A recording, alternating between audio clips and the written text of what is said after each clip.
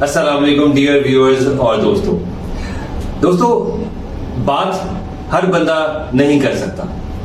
अगर आप इस चीज से इत्तेफाक नहीं करते तो आज मेरे साथ मेहमान ऐसे ही हैं जो कि बात करने का गुण, फन और स्किल रखते हैं। देखिए, जब आइल्स में हमारा एक प्रॉपर स्पीकिंग का टेस्ट होता है, जी हाँ, रीडिंग, राइटिंग और लिसनिंग के साथ, तो उसमें भी क्या चीज चेक की जाती है? आपकी बात, आप क्या कह रहे हैं, आप किस तरह से बोल रहे हैं। और इसी चीज के सारे जो है वो उसको बैंड्स हम कहते हैं, जो कि आइल्स में मैंने आपको बताया हुआ है। आप पीछे मेरी वीडियोस आइल्स की जाके देख सकते हैं जी। तो आज जी मैं एक उन्हीं जो है साहब के साथ, हमारे दोस्त हैं, मैं उनके साथ आपकी मुलाकात करवाऊंगा। आइए उनकी तरफ से। अस्सलाम वालेकुम ताहा। वालेकुम अस्सलाम। कैसे हैं आप? अल्हम्दुलिल्लाह। ताहा, मेरे व्यूअर्स को प्लीज आप बताइए कि थोड़ा सा अपने बारे में, फिर हम डिबेटिंग की तरफ आएंगे जी। तो मेरा नाम मोहम्मद ताहा है, मैं शेखुपुरा से बिलोंग करता हूँ। मेरी इनिशियल एजुकेशन शेखुपुरा से, मैट्रिकुलेशन और उसके बाद कॉलेज लेवल तक शेखुपुरा से पढ़ा और उसके बाद फिर हायर एजुकेशन के लिए लाहौर का रुख किया। और करंटली मैं डॉक्टर ऑफ फार्मेसी का स्टूडेंट हूँ, 3rd year commerce university Lahore में। बहुत खूब, बहुत जबरदस्त ये चीज आपने हमें बताई। ताहा, ये बताइए कि कौन सा लम्हा था, कौन सा दिन था जब डिबेटिंग की दुनिया की तरफ आए और क्यों? डिबेट की तरफ आने के पीछे जो कहानी है वो थोड़ी सी ड्रामेटिक है। तो शुरू से कुछ वो स्टूडेंट्स होते हैं जिसमें थोड़ा सा डर पाया जाता है लोगों के सामने या 4-5 लोगों के दरमियान खड़े होके बोलने का, जो लोग उस एरिया में लैग कर रहे होते हैं। तो मैं इस किस्म का स्टूडेंट था शुरू से। फिर स्कूल लेवल में जब मैंने देखा कि मैं लोगों के दरमियान में खड़ा होकर बात नहीं कर सकता, तो इस एरिया को कवर करने के लिए मैंने सोचा कि अब इसमें एक्सेल करने के लिए कुछ किया जाना चाहिए। वो एक लम्हा था। फिर लिटरेचर में शुरू से इंटरेस्ट, तो पढ़ते रहना साथ साथ और नॉलेज को ग्रास्प करते रहना, फिर उस नॉलेज को आप दूसरों को डिलीवर करें। और दो लोगों के दरमियान में जब आप खड़े होकर बात करना चाहते हैं, तो दोनों ऐसे एरिया से जो ओवरलैप कर रहे थे, तो इसमें फिर एक्सेल करने का एक ही जरिया मिला, वो डिबेट्स थी। फिर लोगों के दरमियान में खड़ा होकर बात करना, एक कॉन्फिडेंस आया। फिर आहिस्ता आहिस्ता आज मैं यहाँ पे आपके सामने बैठा। आपने यहाँ पे बड़ी खूब, बहुत आला बात की कि लिटरेचर आप को हुआ, शौक हुआ या अदब से आपने जो है वो अपनी वाबस्तगी अपनाई, तो वो भी फिर क्या हो, क्योंकि देखिए कि बोलने के लिए तो जैसे मैंने इंट्रो में भी कहा कि आपको सबसे पहले जो है वो वर्ड्स जो है वो नहीं चाहिए होते, आपको पहले जो है कि कॉन्फिडेंस जो है वो चाहिए। तो वो फिर वो आप में जब नहीं था, तो वो हमें सिखाएं कि वो कब आया, कैसे आया, किसने आपको जी इस तरह से कि आप ओवरनाइट कुछ की कॉन्फिडेंस या कोई और इस तरह का स्किल आप अडैप्ट नहीं कर सकते। ये एक प्रोग्रेसिव प्रोसेस होता है। एग्जैक्टली। तो इसके लिए फिर आप जाते हैं 4 लोगों के दरमियान में, पहले आप खड़े होकर बात करना सीखते हैं। फिर आप ये देखते हैं कि आप कहाँ पे गलत हैं। फिर आप उस एरिया को इरेडिकेट करके 4 से 10 लोगों के दरमियान में जाते हैं। इस तरह प्रोग्रेस करते करते स्कूल लेवल में मुझे याद है मेरी पहली स्पीच आज भी, जब मैं नर्सरी क्लास में था, तो हमारे स्कूल में एक अच्छी स्ट्रेंथ थी और उनके दरमियान में खड़े होकर जब मैंने स्टेज पे तकरीर की, तो मुझे अंदाजा हुआ कि कितना मुश्किल काम है। लेकिन उस खौफ को, उस डर को ओवरकम करने के लिए फिर मैंने नर्सरी के बाद फर्स्ट के बाद सेकंड में, और वो एक ऐसा जमाना था, by the time I passed out from my school, मैं स्कूल में मल्टीपल कंपटीशन जीत चुका था। तो वो वहां से फिर डिबेट्स में इंटरेस्ट पैदा होना शुरू हुआ। फिर वहां से कॉलेज लेवल में आए, कॉलेज से फिर आप डिस्ट्रिक्ट लेवल पे, और डिस्ट्रिक्ट लेवल से फिर प्रोविंशियल और फिर नेशनल लेवल पे, इस तरह से फिर प्रोग्रेस करते करते मैंने फिर इसको ऊपर वाले लेवल तक मैंने किया। बहुत शुक्रिया। मेरे सवाल का जो पहला उसका ये पार्ट था जो कि अदब था, वो अदब को पढ़ना वो कैसे और किसने आपको उसकी तरकीब दी, वो भी प्लीज। इस तरह से होता है कि अगर आप बोलना चाहते हैं और आपको बोलने का हुनर भी आ गया प्रोग्रेस करते करते, तो आप बोलेंगे क्या, ये कैसा एरिया फिर आप इसमें लैक करते हैं। फिर इसके लिए आप लिटरेचर कंज्यूम करते हैं जिसमें आप सीखते हैं, आप नए नए टर्मिनोलॉजीज और नए नए आइडियाज ग्रैस्प करते हैं, आप हिस्ट्री से नए नए टॉपिक्स निकालते हैं, फिर आप उनको पढ़ते हैं और आप फिर सीखते हैं। फिर वही सारा नॉलेज जो आपने ग्रैस्प किया होता है लिटरेचर कंज्यूम करके फिर आप वो लोगों तक डिलीवर करते हैं। तो ये वो ऐसा एरिया था जिसमें काम करते करते मैंने लिटरेचर को कंज्यूम करना शुरू किया। स्टार्ट मैंने सब लोगों की तरह नॉवल से किया, फिर नॉवल से फिलोसफी, करंट अफेयर्स, पॉलिटिक्स और हर वो एरिया जो आपको समझ में आ रहा होता है, जो भी मुझे मिलता था मैं उसको पढ़ता रहा। और फिर उसको लोगों तक डिलीवर करने की कोशिश की। बहुत जबरदस्त। नाज़रीन, आई बिलीव कि बहुत सारी चीजें जो है ना आप डायरेक्टली भी और इनडायरेक्टली आप लर्न कर रहे हैं, और मैं वही बात जो क्लास में भी मैं आप लोगों से जो लोग मुझे जानते हैं मैं उनसे भी ये कर रहा हूँ कि देखें कि ताहा जो है वो वही बातें की जो मैं रोजाना जो है आपसे क्लासरूम में करता हूँ। ये बताइए कि जब आपने उन 5 लोगों के सामने या वो आपके क्लासमेट्स उनसे आपने जब बात की तो कॉन्फिडेंस तो जो है वो तो होगा आप में और आ गया।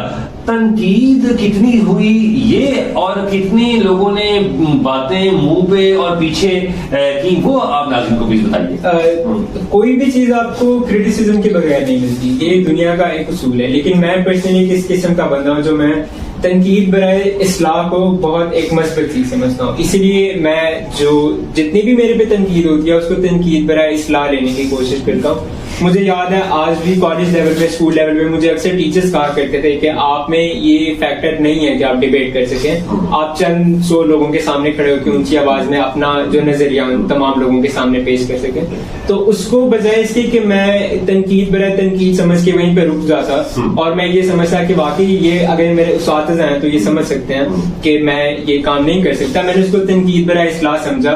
वो उन्होंने मेरे में कुछ खामियां देखी थी तो उन्होंने चीज पॉइंट आउट की, बजाय इसके कि मैं इसको क्रिटिसिज्म समझ के वहीं पे रुक जाता, मैंने वहां से प्रोग्रेस करते करते उन चीजों को इराडिकेट करने की कोशिश। Thank you for answering this question. ताहा, अगला सवाल ये है कि अभी तक कितने लोकल इंटर कॉलेजिएट जो कॉम्पिटिशंस हैं या जो रीजनल लेवल पे कितने उन पे आपने जो है अपना जो है ना हाथ साफ किया या उस पे आपने जो है अपना कारकर्दगी दिखाई थी? स्कूल लेवल में तो सिर्फ स्कूल लेवल तक या इंटर स्कूल लेवल तक जाने का भी मौका नहीं मिल सका, क्योंकि स्कूल लेवल पे कोई गाइडेंस नहीं थी प्रॉपर या आपको बाहर जाने का मौका नहीं मिलता है। सच कॉलेज लेवल पे फिर नेशनल लेवल को टारगेट करना शुरू किया, कॉलेज लेवल पे डिस्ट्रिक्ट लेवल पे कंपटीशन बोला, फिर उसके बाद नेशनल लेवल पे मल्टीपल कॉम्पिटिशन्स बोलना शुरू किए। लेकिन वो क्योंकि बिल्कुल आगाज था तो मैं सिर्फ चीज़ों को समझ रहा था, उसमें कोई एज अवार्ड्स वगैरह नहीं आ सके टॉप। लेकिन फिर जैसे यूनिवर्सिटी में आया तो प्रॉपर गाइडेंस मिली, एक फोरम मिला जहाँ पे मुझे सीखने का और फिर दूसरों को सिखाने का मौका मिला। तो जब से यूनिवर्सिटी में आए हैं तो मल्टीपल कॉम्पिटिशन, न्यूमरस कॉम्पिटिशंस, इसमें सबसे पहले अवार्ड्स एज अ पार्टिसिपेंट्स और उसके बाद फिर एज अ जूरी मेंबर आना शुरू किया। बहुत खूब। तो मेरा ये सवाल होगा अगला कि जो सिलेक्शन है आप उसको डिबेटिंग के जो एरियाज हैं उनको आप खुद करते हैं या जो करंट अफेयर्स के हवाले से उसके जो है नोयत को देखकर आप चूज करते हैं? जो आपके पास टॉपिक आता है, टॉपिक एक वैस्ट अमाउंट ऑफ टॉपिक्स को अपने अंदर इंटरग्रेट कर रहा होता है, तो आप उसमें मल्टीपल एरियाज को डिस्कस कर सकते हैं। सही। एक ही टॉपिक में आप पॉलिटिक्स, सोशलिज्म, कल्चर और उसके अलावा आप इकोनॉमी के साथ साथ आप करंट अफेयर्स को भी डिस्कस कर सकते हैं। तो इस तरह से आप एक ही टॉपिक को डिस्कस करते हुए मल्टीपल एरियाज में ब्रेक कर सकते हैं। जबरदस्त। देखने वालों को ये बताएं कि कितना टाइम सर्फ होता है और कितना टाइम जो है एक जो जबरदस्त किस्म की जो डिबेट वाली जो है ज़ाहिर है कि आप डिबेट देते हैं तो वो कितना टाइम जी आप उसकी प्रिपरेशन में? अगर तो आप पहले से लिटरेचर कंज्यूम कर रहे हैं और आपको हर 4-5 मेजर एरिया जो डिबेट के साथ लिंक कर रहे होते हैं, आपके पास उसमें बेसिक ग्राउंड लेवल पे बहुत ज्यादा इंफॉर्मेशन है तो आपको कम वक्त लगता है। लेकिन अगर आपने ग्राउंड जीरो से स्टार्ट करना है तो आप कह लें कि आपको 2 से 3 दिन, लेकिन अगर आपके पास पहले से काफी ज्यादा अमाउंट ऑफ इंफॉर्मेशन है तो आप बहुत कम अरसे में, चंद घंटों में भी तैयारी बहुत अच्छी कर सकते हैं। ये बहुत ही लर्निंग का जो है पॉइंट है अगेन कि डियर व्यूअर्स के आपके पास जो है टन्स एंड टन्स ऑफ जो नॉलेज, और वही बात है नॉलेज जो है वो लिटरेचर से आएगा, और वही है कि लिटरेचर का मतलब ये नहीं है कि अंग्रेजी अदब। लिटरेचर का मतलब है कि भाई हर वो चीज जो कि आपको उर्दू बुक्स में मिल रही है, उर्दू मैगजीन में मिल रही है, अंग्रेजी में मिल रही है, अंग्रेजी के जो है अखबारात है, अंग्रेजी के टॉक शोज हैं, फूड शोज हैं, इंटरव्यूज हैं, जो है लातादाद डॉक्यूमेंट्रीज हैं जी, मूवीज हैं, हैं, और इवन जो है म्यूजिक भी, वो भी आपके लिटरेचर का पार्ट है। और वो अगर आपके पास ये अगर एक ये ट्रेजर है आपके पास, तो आप बिल्कुल बहुत ही कम वक्त में आप प्रिपेयर कर सकते हैं। तो जबरदस्त, बहुत शुक्रिया। मेरा ये सवाल होगा कि आप ज्यादातर ये जो है डिबेट अंग्रेजी में आप करना चाहते हैं और करते हैं, या जो है देखने वालों को बताएंगे उर्दू में भी आप उसको प्रेफर करते हैं? पर्सनली मैं उर्दू में डिबेट को ज्यादा प्रेफर करता हूँ। इसकी वजह ये है कि जिस ऑडियंस को आप टारगेट कर रहे होते हैं, उनके लिए जिस जुबान को समझना ज्यादा इजी होता है, आप वो उसको प्रेफर करते हैं। लेकिन अगर मैं ऐसी ऑडियंस को टारगेट कर रहा हूँ जो इंग्लिश जुबान को ज्यादा प्रेफर करते हैं, तो फिर मैं इंग्लिश में डिबेट करता हूँ। इसका दूसरा पहलू ये होता है कि आप कौन से फॉर्मेट की डिबेट कर रहे हैं। डिबेट्स में मल्टीपल फॉर्मेट्स होते हैं। कुछ फॉर्मेट स्ट्रिक्टली इंग्लिश के साथ लिंक कर रहे होते हैं, लेकिन कुछ फॉर्मेट होते हैं जिसमें आप बाइलिंगुअल ही जी। ऑलराइट जी, बहुत खूब शुक्रिया।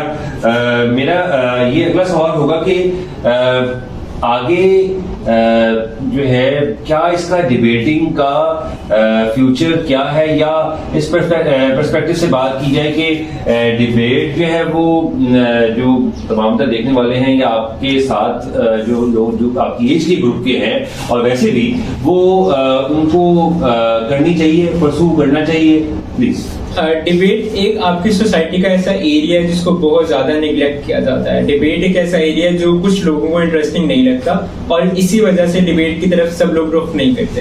लेकिन पर्सनली डिबेट लर्निंग का एक ऐसा प्रोसेस होता है जो आपको इल्म के साथ साथ आपकी पर्सनल ग्रूमिंग में भी बहुत ज्यादा रोल प्ले करता है। तो इस वजह से हर इंसान को एटलीस्ट एक मरतबा डिबेट्स को ट्राई तो जरूर करना चाहिए। जो आपके सवाल का दूसरा पहलू था वो ये था कि इस से आपके लर्निंग प्रोसेस में क्या क्या चीजें ऐड होती हैं।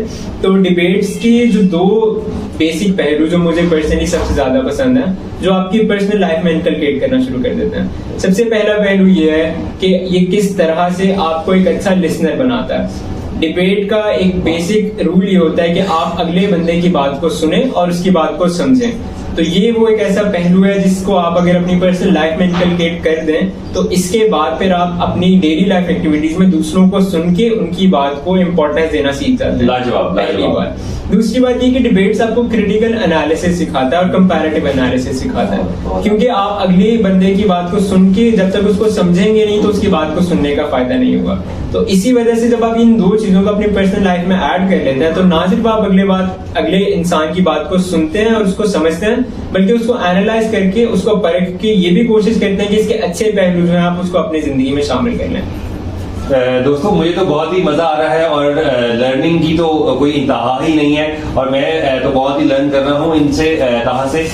तो मैं तो नहीं चाहूंगा कि ये जो है सेशन, ये नशिस्त जो है खत्म हो, लेकिन हमें ज़ाहिर है कि कभी तो इसको खत्म करना है। ताहा, बहुत शुक्रिया इस सवाल के जवाब का। ताहा, मेरा अगला सवाल ये होगा कि एक तो वो लोग हैं जो कि कॉन्फिडेंट हैं, बोल सकते हैं, और चाहे वो मेरी तरह भी बोल सकते हैं, और उनके पास जो है प्रायर नॉलेज भी है और उनको कम वक्त लगेगा।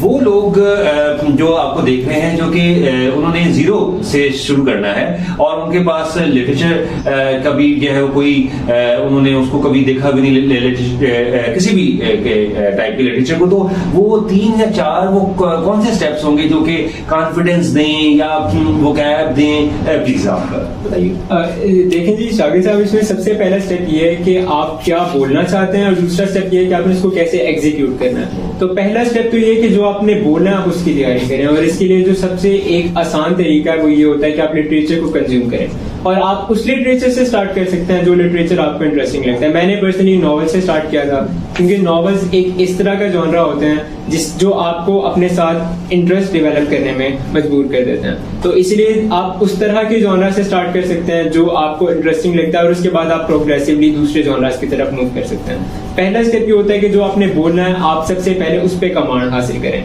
दूसरा स्टेप ये होता है कि आपने उसको एग्जीक्यूट किस तरह से करना है। इसमें सबसे पहला बेबी स्टेप यही होता है कि आप आए और सबसे पहले शीशे के सामने खड़े होके ये देखें कि जब आप बोल रहे हैं तो वो दूसरे के पर्सपेक्टिव से आप बोलते हुए कैसे लगेंगे।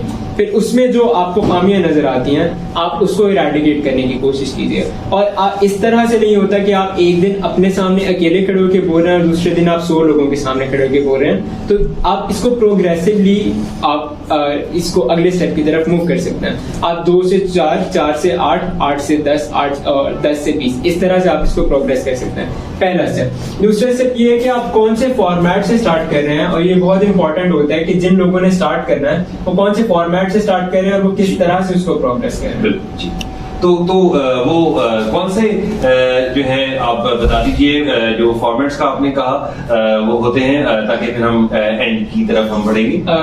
डिबेट्स में बेसिकली 3 फॉर्मेट्स पाए जाते हैं। सबसे पहला फॉर्मेट उसको डेक्लेमेशन कहते हैं। तो डेक्लेमेशन वही फॉर्मेट होता है जो स्कूल लेवल्स पे आप जाते हैं, पोडियम पे 4 या 5 मिनट की एक तकरीर करते हैं और उसके बाद आप वापस आ जाते हैं। ये बेसिकली मुबाहिसा नहीं होता, इसको एक पब्लिक स्पीकिंग की फॉर्म कहा जा सकता है और ये एंट्री लेवल डिबेट्स होती हैं। जो लोग ग्राउंड जीरो से स्टार्ट करना चाहते हैं उनके लिए ये प्रेफर किया जाता है कि वो पहले डेक्लेमेशन पे कमांड हासिल करें, अपनी पिच की हाइज एंड लोज को कंट्रोल करें और उसके बाद वो अगले फॉर्मेट की तरफ जंप करें। दूसरा फॉर्मेट हमारे पास मॉडल यूनाइटेड नेशंस का आता है। मॉडल यूनाइटेड नेशंस यूजुअली 2 या 3 दिन के एक वक्त पे स्पैन कर रहा होता है, और इसमें सबसे अच्छी चीज ये होती है कि आप यूनाइटेड नेशंस की मल्टीपल कमेटीज को सिमुलेट कर रहे होते हैं। और इस मॉडल यूनाइटेड नेशंस का जो पर्सनली मुझे सबसे प्लस पॉइंट लगता है वो ये है कि आप इसमें अपना नजरिया नहीं पेश कर रहे होते, आपको दूसरी नेशंस या दूसरे लोगों को पर्सोनिफाई करना पड़ता है। तो वहां पे आप जाएंगे और आप दूसरी नेशन के नजरिए से, उनके तज्जिए से और उनका व्यू पॉइंट रखते हुए तमाम दूसरी कौमों से बहस करेंगे, और जो आपको मसला दिया जाएगा आप उसको हल करके फिर आप वहां पे उस कॉन्फ्रेंस का इख्तिताम करना है। तो इस तरह मॉडल यूनाइटेड नेशंस में आप दूसरों के नजरिए को पोर्ट्रे करते हुए अपने एक प्रॉब्लम को सॉल्व करते हैं। और इसके बाद जो तीसरा फॉर्मेट आता है वो पार्लियामेंट्री डिबेट्स का आता है। पार्लियामेंट्री डिबेट्स को सबसे मुश्किल डिबेट इसलिए समझा जाता है कि इसमें टॉपिक और ये जिस नजरिए से आपने बोला है, क्या आया कि आपने उस टॉपिक के फेवर में बात करनी है, आपने उसके अगेंस्ट बात करनी है, ये तमाम आने के बाद आपके पास डिबेट करने से पहले महज 15 मिनट का विंडो होता है। तो 15 मिनट में आपने पूरी की पूरी अपनी डिबेट तैयार करनी होती है, 2 लोगों की 7-7 मिनट की। 14 मिनट बोलने के लिए आपको सिर्फ 15 मिनट मिलते हैं, तो इसीलिए पार्लियामेंट्री डिबेट्स को सबसे मुश्किल समझा जाता है। तो ये 3 फॉर्मेट्स होते हैं। अभी करंटली आप कौन से पोजीशन पे आप डिबेट जो है उसको करंटली मैं कॉमसैट्स की डिबेटिंग सोसाइटी का प्रेसिडेंट सर्व कर रहा हूँ। ये मेरा 5वां महीना है एज अ प्रेसिडेंट सर्व करते हुए। इससे पहले मैं 6 माह पब्लिक रिलेशंस ऑफिसर के तौर पर सर्व कर चुका हूँ इसी सोसाइटी को। वंडरफुल। आखिर में मैं ये आपसे पूछूंगा कि क्या मैसेज आप देखने वालों को, यूथ को और भी जो लोग हैं डिबेट करना चाह रहे हैं, जी आप मैसेज देना चाहेंगे? जी बिल्कुल, बहुत अच्छा सवाल है। मैसेज सिर्फ जो तमाम लोगों तक पहुंचना चाहिए आज इस फोरम से वो यही मैसेज है कि जो कुछ आप सीखें इसको दूसरों तक ट्रांसफर जरूर करें, इसको महज अपने तक महदूद नहीं रखें।